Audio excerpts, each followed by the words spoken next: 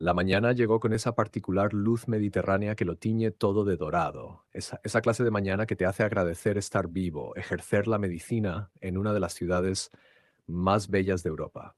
Recuerdo estar de pie junto a la ventana de mi consulta en el Hospital Clínic de Barcelona, viendo cómo el sol matutino teñía la fachada de los edificios del barrio gótico, visibles a lo lejos, pensando en cómo la primavera en Barcelona siempre parecía una promesa. Yo era el doctor Michael Reed, jefe de cirugía cardiotorácica, y esa mañana tenía motivos de sobra para sentirme seguro. 32 años, el jefe de departamento más joven en los 111 años de historia del hospital, formado en Johns Hopkins y la Clínica Mayo antes de asumir este puesto. La comunidad médica española se había mostrado escéptica al principio. Un estadounidense dirigía uno de sus principales departamentos de cirugía cardíaca, pero yo había demostrado mi valía. Mi tasa de éxito con reemplazos valvulares complejos y derivaciones coronarias superó la media europea en 7 puntos porcentuales. Había publicado en The Lancet. Había aparecido en revistas médicas que hablaban de técnicas innovadoras mínimamente invasivas. También llevaba 6 años casado con Sarah Reed y ella fue la razón principal por la que acepté el puesto en Barcelona. Se había enamorado de la ciudad durante un verano universitario, hablaba catalán con fluidez y se había labrado una carrera como traductora, trabajando con revistas médicas y farmacéuticas. Nuestro apartamento en el Eixample tenía techos altos con molduras originales, un balcón donde cultivábamos tomates y albahaca, y estaba a un paso del hospital y de su librería favorita en la calle Provenza. Esa mañana, Sara ya estaba despierta cuando entré en la cocina, lo cual era inusual. Normalmente dormía hasta las 8, disfrutando de esas horas extra mientras yo me iba al hospital a las 6, pero allí estaba a las 5:30, sentada en nuestra pequeña mesa de desayuno, todavía en camisón, con una mano apretada contra el pecho. Michael, dijo, y algo en su voz hizo que mi taza de café se detuviera a medio camino de mis labios. Algo va mal. ¿Conoces esa sensación cuando el mundo se inclina ligeramente sobre su eje? Cuando tu cerebro, entrenado para evaluar situaciones médicas con objetividad clínica, de repente tiene que procesar información sobre alguien sin quien no puedes imaginar la existencia. Eso fue lo que me pasó en los 3 segundos que tardé en cruzar la cocina. Muéstrame, dije, y mi voz sonó tranquila, profesional, justo como debía ser. Por dentro, algo ya gritaba. Describió el dolor como una presión que la había despertado hacía una hora. Se irradiaba al brazo izquierdo y la mandíbula. Sentía falta de aire. Tenía 30 años, corría 4 veces por semana, no tenía antecedentes familiares de cardiopatías, tenía el colesterol y la presión arterial normales. Esto no debería estar pasando. Le tomé el pulso. Rápido e irregular. Apreté la oreja contra su pecho. No teníamos estetoscopio en casa porque siempre me había negado a traer trabajo a nuestro santuario y oí lo que tanto temía. Un soplo sistólico áspero que nunca había notado, acompañado de un ritmo irregular que me revolvió el estómago. Vamos al hospital, dije, ahora mismo. El trayecto en taxi duró 12 minutos. Los conté todos agarrando la mano de Sara, sintiendo ese pulso irregular contra mis dedos como una traición. Intentó sonreírme, conversar con ligereza sobre cómo probablemente solo estaba teniendo un ataque de ansiedad, sobre lo estresada que estaba por un proyecto de traducción difícil. Asentí, le apreté la mano y repasé mentalmente los diagnósticos diferenciales, cada uno peor que el anterior. El servicio de urgencias del Hospital Clínic me conoce. He pasado por esas puertas cientos de veces, normalmente para realizar cirugías de urgencia a pacientes que no conozco, personas que son solo lecturas de presión arterial, resultados de ecocardiogramas y desafíos quirúrgicos. Cuando entré para ayudar a Sara, vi el reconocimiento en el rostro de la enfermera de triaje, seguido inmediatamente de preocupación. Doctor Reed es mi esposa, dije. Dolor en el pecho, disnea, pulso irregular, necesito una consulta de cardiología y una eco. Ya. Lo que siguió fue una emergencia controlada borrosa. Un electrocardiograma mostraba cambios en el segmento ST, niveles de troponina elevados, y luego el ecocardiograma que observé en la pantalla con una creciente sensación de irrealidad. Sara tenía un mixoma auricular, un tumor benigno que crecía en la aurícula izquierda de su corazón. Pero no cualquier mixoma. Era enorme, de casi 5 centímetros, con una superficie irregular similar a una fronda. Estaba unido al tabique auricular por un tallo estrecho, y al observar la eco pude ver cómo se prolapsaba a través de la válvula mitral con cada latido, obstruyendo el flujo sanguíneo y creando ese soplo que había oído. Peor aún, parecía que se estaban desprendiendo fragmentos, y las hojas creaban un potencial embólico que podía causar un derrame cerebral en cualquier momento. El doctor García, el cardiólogo que me había realizado la ecografía, me miró con esa expresión cautelosa que usan los médicos al dar malas noticias a sus colegas. Michael, dijo en voz baja, esto tiene que salir, hoy mismo. El riesgo embólico. Lo sé, dije. Seguía mirando la pantalla, viendo cómo el tumor danzaba a través de la válvula mitral de mi esposa como algo salido de una pesadilla. Lo haré. Programaré el quirófano para esta tarde. La mano del doctor García se posó en mi hombro. Michael, no puedes operar a tu esposa. Soy el mejor cirujano cardíaco de este hospital, dije, y no estaba alardeando, era simplemente un hecho. He realizado cientos de resecciones de mixomas. Puedo... No puedes operar a tu esposa, repitió con más firmeza. Sabes que no puedes. Lo sabía, claro que lo sabía. Hay reglas, directrices éticas, sentido común. Los cirujanos no operan a familiares porque el apego emocional compromete el juicio, la firmeza y la toma de decisiones. Porque cuando sostienes un bisturí y la persona en la mesa es alguien a quien amas más que a tu propia vida, te pueden temblar las manos. Tu concentración puede flaquear, puedes dudar en un momento crítico o apresurarte cuando deberías ser paciente o tomar una decisión basada en el miedo en lugar del juicio clínico. Pero esta era Sara. Y no era solo un caso difícil, era un caso raro, el tipo de mixoma grande y friable con alto potencial embólico que requería no solo habilidad técnica, sino también experiencia en resecciones complejas. En Barcelona había 3 cirujanos con esa experiencia. Yo era uno de ellos. Los otros 2 eran el doctor Martínez, competente pero extremadamente cauteloso, a menudo dejando restos de tumores para no arriesgarse a un tiempo de resección adicional, y el doctor Vidal, que tenía manos excelentes pero nunca había manipulado un mixoma de este tamaño. No hay nadie más, dije. Para esto no. Martínez dejaría fragmentos. Vidal no tiene la experiencia. Podría sufrir un infarto en la mesa si no conseguimos todos los fragmentos. El doctor García ya negaba con la cabeza. ¿Qué hay de Madrid? ¿La doctora Ramírez del Hospital Gregorio Marañón? Esos son 3 horas de viaje en ambulancia. Ya viste la eco. Podría tener un émbolo al levantarse de la cama. Entonces traemos a la doctora Ramírez en avión. Son 6 horas mínimo. García, mira ese tumor, mira esas frondas. Estábamos allí en la sala de ecografías, 2 médicos mirando una pantalla que mostraba el interior del corazón de mi esposa, y sentí algo que nunca había experimentado en mi carrera médica, una impotencia total. Había construido toda mi identidad profesional en ser la persona que resolvía problemas imposibles, que mantenía la calma cuando todos los demás entraban en pánico, que tenía las manos firmes y la mente clara para sortear situaciones donde los milímetros marcaban la diferencia entre la vida y la muerte. Y ahora, cuando más importaba, me decían que no podía ayudar. Sara ingresó en la unidad de cuidados intensivos cardíacos. Iniciamos anticoagulación a pesar del riesgo de hemorragia durante la cirugía porque el riesgo embólico era mayor. Llamé personalmente al doctor Ramírez a Madrid, le describí el caso y lo oí aceptar tomar el primer vuelo a Barcelona. 6 horas, dijo. Quizás 7. ¿Podría mantenerse estable tanto tiempo? Pasé esas horas junto a la cama de Sara en la UCI HIS, observando su monitor cardíaco como si guardara los secretos del universo. Cada latido irregular era una amenaza. Cada vez que se movía en la cama, me tensaba, imaginando fragmentos desprendiéndose, subiendo por la arteria carótida y alojándose en su cerebro. Estaba asustada, lo veía en sus ojos, aunque no dejaba de bromear intentando animar el ambiente. Así que esto es lo que se siente, dijo en un momento dado, estar al otro lado de tus historias de trabajo. Vas a estar bien, le dije. El doctor Ramírez es excelente, uno de los mejores de España, pero no tan bueno como tú. No pude responder a eso. La verdad era que sí, creía ser mejor. Había visto a Ramírez trabajar en congresos, había revisado sus casos publicados. Era bueno, muy bueno, pero yo había realizado resecciones más complejas y obtenido mejores resultados con anatomías difíciles. Si se tratara de la esposa de cualquier otro paciente, yo sería la opción obvia. Es muy bueno, dije finalmente.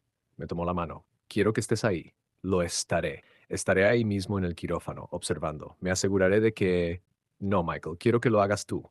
Sara, no puedo. No es... Hay reglas, ética. No puedo operarte. ¿Por qué no? Su voz era tranquila pero firme. Si eres el mejor, si tienes la mejor oportunidad de conseguirlo todo, de mantenerme a salvo, ¿por qué elegiríamos a alguien más? Intenté explicarle. Sobre el apego emocional que compromete el juicio quirúrgico, sobre la necesidad de objetividad, sobre cómo mis manos podrían temblar, cómo mi concentración podría flaquear, cómo el amor y la medicina no se llevan bien en el quirófano. Escuchó y luego dijo, nunca te han temblado las manos, ni una sola vez. Te he visto enhebrar agujas por diversión cuando estás aburrido, Y no pierdes la concentración, eres la persona más centrada que he conocido. La cuestión no es si puedes hacerlo técnicamente, la cuestión es si puedes hacerlo emocionalmente. Ese era el kit de la cuestión, ¿no? Podría mantener la distancia necesaria, podría tomar las decisiones frías y calculadas que requiere la cirugía cardíaca, podría cortar el pecho de Sara, sostener su corazón entre mis manos y no pensar en cómo esas manos le habían sujetado la cara cuando nos casamos, cómo le habían frotado la espalda cuando estaba enferma, cómo se habían entrelazado con las suyas durante incontables paseos por las calles de Barcelona. El vuelo del doctor Ramírez se retrasó. Primero 1 hora, luego 2. Dijeron que eran problemas de mantenimiento. Las enzimas cardíacas de Sara estaban aumentando. El monitor mostraba arritmias más frecuentes. A las 4 horas, tuvo un breve episodio de alteración del estado mental que duró solo 30 segundos, pero suficiente para sugerir un pequeño evento embólico. Nos estamos quedando sin tiempo, dijo el doctor García al encontrarme en el pasillo fuera de la USIC. Michael, sé que esto es imposible, pero prepara un quirófano, dije. Llama al equipo quirúrgico. Necesito al mejor anestesiólogo cardíaco que tengamos y quiero 2 cirujanos asistentes por si. No terminé la frase. Por si no puedo hacerlo, por si me tiemblan las manos, por si necesito que alguien me reemplace. La aprobación ética me llevó 30 minutos de llamadas frenéticas. El jefe de medicina del hospital, el jefe del comité de ética, todos coincidieron en que era irregular, potencialmente problemático, pero como Sara mostraba signos de eventos embólicos y no había otro cirujano experimentado disponible en un plazo razonable, dieron la aprobación con reticencia. Operaría, pero con condiciones. 2 cirujanos cardíacos experimentados en el quirófano, ambos preparados para tomar el relevo si fuera necesario. Un anestesiólogo senior supervisando.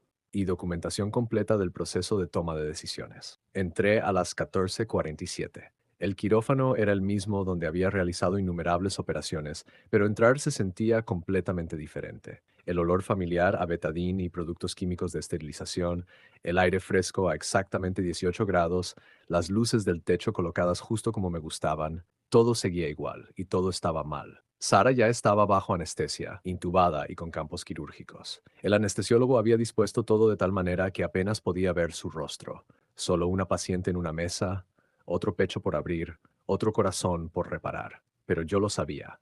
Conocía la inclinación exacta de sus hombros bajo esas sábanas azules. Conocía la pequeña cicatriz en su antebrazo izquierdo de un accidente de bicicleta de la infancia. Conocía la forma en que sus manos se curvaban ligeramente hacia adentro cuando estaba relajada.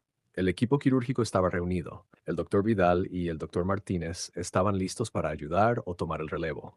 La instrumentista era Carmen, quien había trabajado conmigo durante 4 años y conocía mis procedimientos a la perfección. El perfusionista que manejaría la máquina de bypass era alguien a quien yo había entrenado personalmente. Tomé el bisturí. Esto es lo que no te cuentan en la Facultad de Medicina. El cuerpo humano es extraordinariamente frágil y absurdamente resistente a la vez. La piel se parte bajo una hoja casi sin resistencia. El esternón cede ante la sierra. Y debajo de todo, el corazón, ese músculo del tamaño de un puño que te ha mantenido vivo desde antes de nacer, reposa en su saco pericárdico como lo más preciado del mundo. Y lo es.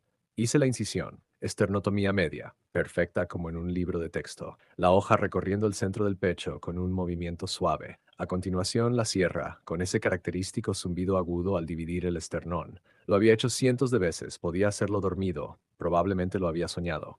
Pero hoy mis manos se sentían diferentes. No temblaban, estaban perfectamente firmes, sino hiperconscientes, como si cada terminación nerviosa se activara a máxima sensibilidad. Bobby, dije, y Carmen colocó el electrocauterio en mi mano sin dudarlo. Cautericé los vasos sangrantes, trabajando a través de las capas con precisión mecánica. Abrir el pericardio, exponer el corazón. Y allí estaba, el corazón de Sara, latiendo con firmeza bajo las luces, esa contracción y relajación rítmica que había estado ocurriendo desde que era un feto de 8 semanas, que había mantenido el ritmo durante su infancia y adolescencia y todos los años que la conocía. Había visto miles de corazones humanos. Los había sostenido, reparado, tocado con bisturíes, suturas y mis propios dedos enguantados. Pero este era diferente. Este era el de Sara. Michael, la voz del doctor Vidal, tranquila pero preocupada. ¿Nos acompañas? Estoy bien, dije con voz firme. Canulación para bypass. Vamos a ponerle una bomba. Introdujimos las cánulas, una en la aorta ascendente y otra en la aurícula derecha, y conectamos el sistema circulatorio de Sara a la máquina de circulación extracorpórea. Al iniciar el bypass, su corazón dejaba de latir y la máquina tomaba el control, oxigenando su sangre y haciéndola circular por su cuerpo. Técnicamente estaría muerta temporalmente. La máquina la mantendría con vida mientras yo trabajaba. Lista para el bypass, dijo el perfusionista. Asentí. Vamos a ponerle una bomba. Hay un momento, cuando la máquina de bypass toma el control, en que el tiempo parece detenerse. El corazón, al no recibir ya su propio riego sanguíneo, empieza a ralentizarse. Inyectamos una solución de cardioplegía, una solución fría rica en potasio que detiene los latidos del corazón, protegiéndolo durante la cirugía. Y entonces, quietud. El corazón que ha estado latiendo durante 30 años, que ha sido la sección de percusión de toda la existencia de Sara, simplemente se detiene. Lo he hecho cientos de veces. Sé intelectualmente que el paciente no está muerto, que estamos a punto de solucionar el problema y reiniciar el corazón, que esto es solo una pausa necesaria en la función normal. Pero ver cómo el corazón de Sara dejaba de latir fue como ver el fin del universo. Michael, esta vez el doctor Martínez con su mano en mi hombro. Podemos encargarnos. El Dr. Vidal y yo podemos terminar esto. No hay vergüenza en... No, dije, y mi voz salió más fuerte de lo que pretendía. Yo lo hago. Hice la incisión en la aurícula izquierda. El mixoma fue visible de inmediato, una masa grotesca e irregular de tejido que no tenía nada que hacer dentro del corazón de mi esposa. Era incluso más grande de lo que la ecografía había sugerido, con frondas que se extendían en múltiples direcciones, algunas de ellas claramente fragmentadas en los bordes donde ya se habían desprendido fragmentos. Aquí es donde la habilidad quirúrgica se convierte en arte.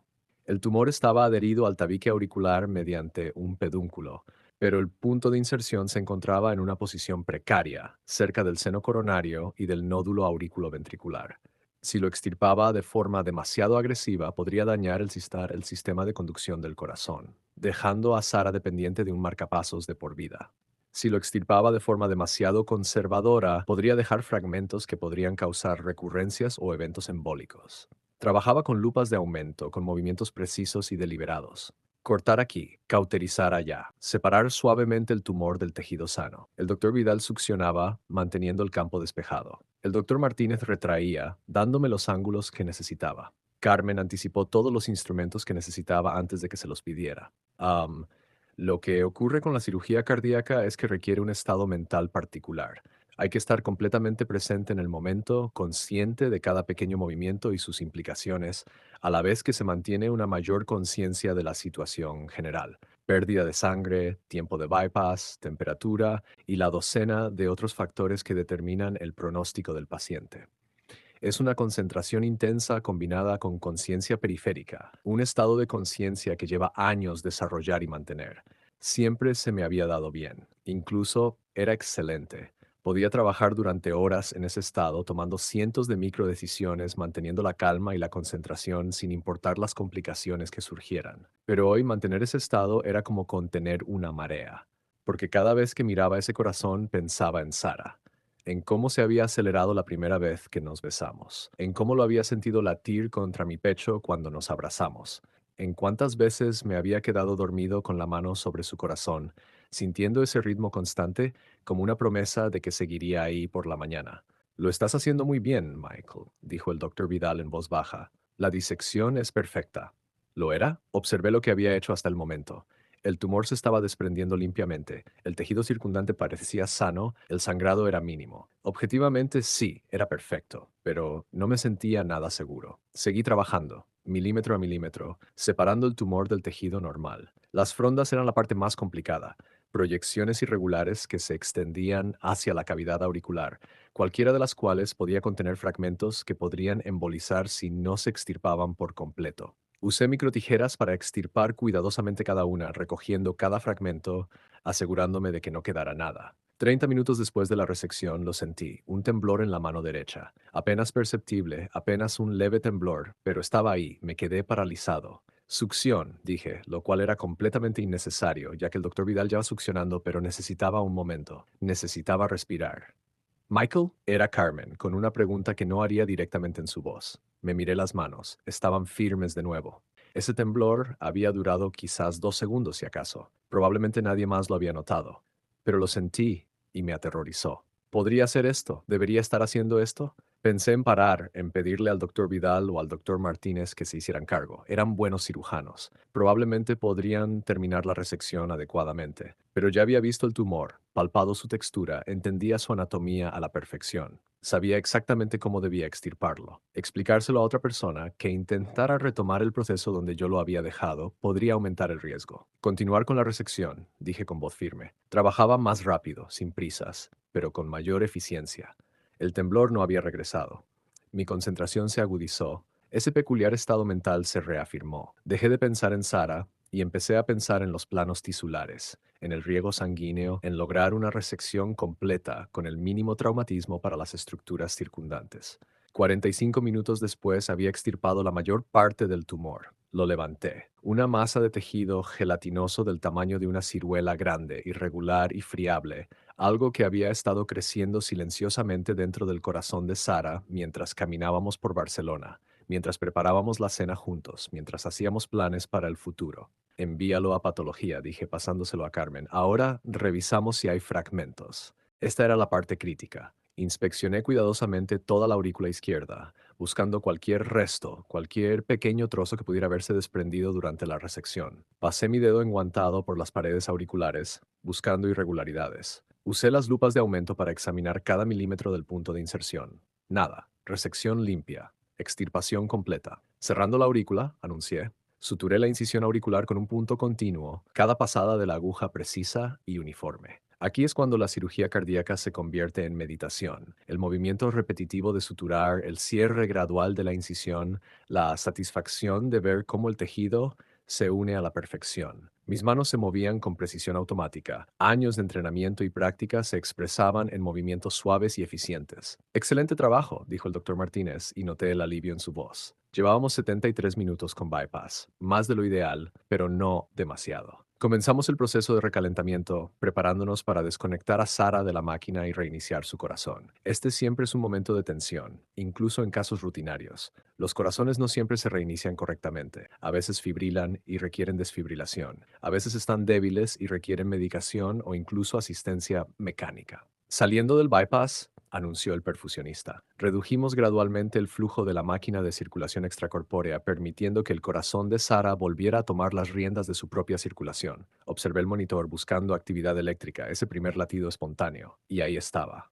Una sola contracción, tentativa y lenta, luego otra, y entonces como un motor que vuelve a la vida se reanudó el ritmo normal, ritmo sinusal, fuerte y constante. Ya no le ponen la bomba, dijo el perfusionista. Vitalidades estables. Se ve bien. Me quedé allí, con las manos todavía dentro del pecho de Sara, observando los latidos de su corazón. Ahora se veía diferente, más sano, sin ese tumor que obstruía el flujo y causaba arritmias. Las paredes se contraían simétricamente. Las válvulas se abrían y cerraban suavemente.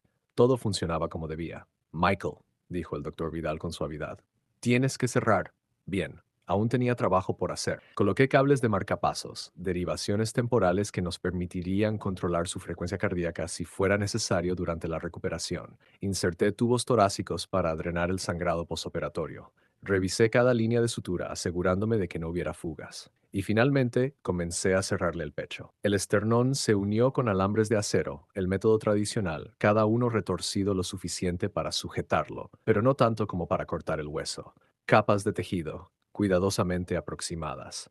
La piel se cerró con suturas subcutáneas que dejarían una cicatriz mínima. Excelente trabajo, doctor Reed, dijo el doctor Martínez mientras anudaba la última sutura. Nunca había visto una resección más limpia de un mixoma de ese tamaño. Asentí, pero no pude hablar. La adrenalina que me había impulsado durante la cirugía estaba disminuyendo, reemplazada por un agotamiento profundo mezclado con algo más. Alivio, terror, gratitud, todo mezclado de una manera que no podía descifrar. Sara fue trasladada a la UCI cardíaca, aún intubada, aún sedada.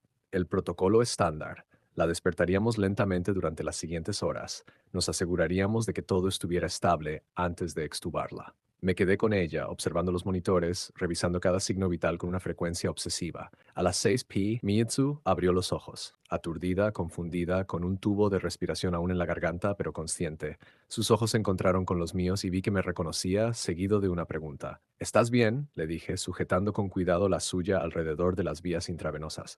La cirugía salió perfecta. Lo sacamos todo. Intentó hablar sin pasar por el tubo, pero no pudo y se conformó con apretarme la mano. Lo sé, dije, aunque no entendía lo que intentaba decir. Lo sé. La extubaron 4 horas después y sus primeras palabras, roncas por el tubo de respiración, fueron: ¿Lo hiciste? Sí, sabía que lo harías, dijo, y enseguida se volvió a dormir. Los 3 días siguientes fueron un torbellino de monitorización postoperatoria. Toda cirugía cardíaca tiene riesgos: hemorragia, infección, arritmias, accidente cerebrovascular. Con las resecciones de mixomas, siempre existe el temor de complicaciones embólicas por fragmentos rotos durante la cirugía. Pero la recuperación de Sara fue perfecta. Su ritmo cardíaco se estabilizó. Sus ecocardiogramas mostraron una función excelente sin tumor residual. Sus exámenes neurológicos fueron normales, sin signos de accidente cerebrovascular. Al cuarto día, la trasladaron de la UCI a una planta de cardiología. Al séptimo día, dio vueltas por la unidad con mi codo apoyándola. Al 10.º día, le dieron el alta. El informe patológico confirmó un mixoma benigno, completamente extirpado, con márgenes limpios. Pero esto es lo que aprendí al operar a mi esposa. Me equivoqué con el distanciamiento. Había construido mi carrera quirúrgica creyendo que el distanciamiento era esencial, que para ser un buen cirujano había que mantener una distancia emocional con los pacientes, verlos como problemas clínicos que resolver, no como personas con vidas, familias y futuro. Así se toman decisiones claras, así se mantiene la calma bajo presión, así se mantiene la firmeza. Pero cuando operé a Sara no pude distanciarme. Era imposible. Cada decisión que tomaba, la tomaba con todo el peso del amor, el miedo y la desesperada esperanza. Cada movimiento de mis manos estaba guiado no por la distancia clínica, sino por un conocimiento íntimo, el conocimiento de a quién intentaba salvar y lo que significaba para mí. ¿Y saben qué? Mis manos no temblaban, mi juicio no flaqueaba. En todo caso, era más cuidadoso, más minucioso, más decidido que nunca, porque lo que estaba en juego no era abstracto, lo era todo. Pienso en ese temblor que sentí, esos 2 segundos de duda. No sucedió porque quisiera a Sara. Sucedió porque por un momento dejé que el miedo se apoderara de mi concentración. En el momento en que dejé de tener miedo y comencé a estar presente, realmente presente, plenamente concentrado en la cirugía y al mismo tiempo consciente de todo lo que significaba, fue entonces cuando mis manos se tranquilizaron. Quizás el desapego no sea lo que hace a un buen cirujano. Quizás lo que hace a un buen cirujano es la capacidad de sostener múltiples verdades simultáneamente. Este es un procedimiento técnico que requiere precisión y experiencia, y esta es una vida humana con un valor infinito. Esta es una resección rutinaria de mixoma que he realizado muchas veces, y esta es la cirugía más importante que jamás realizaré. Sara se recuperó por completo. 3 meses después, su ecocardiograma fue perfecto, sin recurrencia del tumor, sin daño valvular, con una función cardíaca excelente. Volvió a su trabajo de traductora. Regresamos a nuestros cafés matutinos en el balcón, a nuestros paseos nocturnos por el barrio gótico. Pero ahora soy diferente. Sigo realizando cirugías con la misma destreza técnica y la misma atención al detalle, pero ya no creo en el desapego. Con cada paciente que opero ahora, pienso en su pareja, su familia, las personas que esperarán ansiosas en la sala de espera, contando los minutos. Pienso en lo que significaría para esas personas si yo no estuviera completamente presente. Pienso en el corazón de Sara, en cómo lo sentí en mis manos, en cómo se veía cuando volvió a latir. El comité de ética del hospital revisó mi caso exhaustivamente. Finalmente concluyeron que, si bien operar a un familiar sigue siendo generalmente desaconsejable, las circunstancias únicas, los eventos embólicos de Sara, la ausencia de otros cirujanos con la experiencia adecuada dentro de un plazo seguro, mi demostrable competencia técnica y el resultado finalmente exitoso, justificaban la desviación del protocolo estándar. Pero también recomendaron que tales situaciones se evitaran siempre que fuera posible. Estuve de acuerdo con ellos. No querría volver a hacerlo. El estrés, el miedo, el peso de tener la vida de alguien en tus manos cuando esa persona es la que más amas, no es algo que elegiría repetir.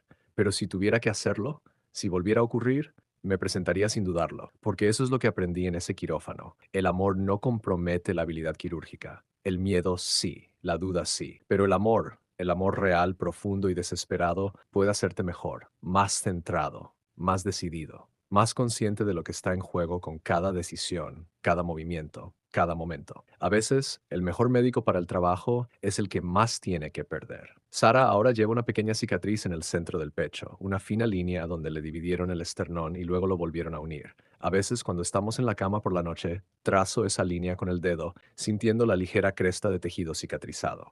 Tu mejor trabajo, dice, y me sonríe. Y pienso, sí, sí, lo fue. no por la técnica, aunque la resección fue impecable, el cierre exacto, sino porque aprendí que ser cirujano no se trata de desconectarse de las responsabilidades humanas de tu trabajo, se trata de estar plenamente presente para ellos. Se trata de comprender con cada fibra de tu ser que los corazones no son solo bombas, válvulas y sistemas de conducción eléctrica. Son la razón de todo.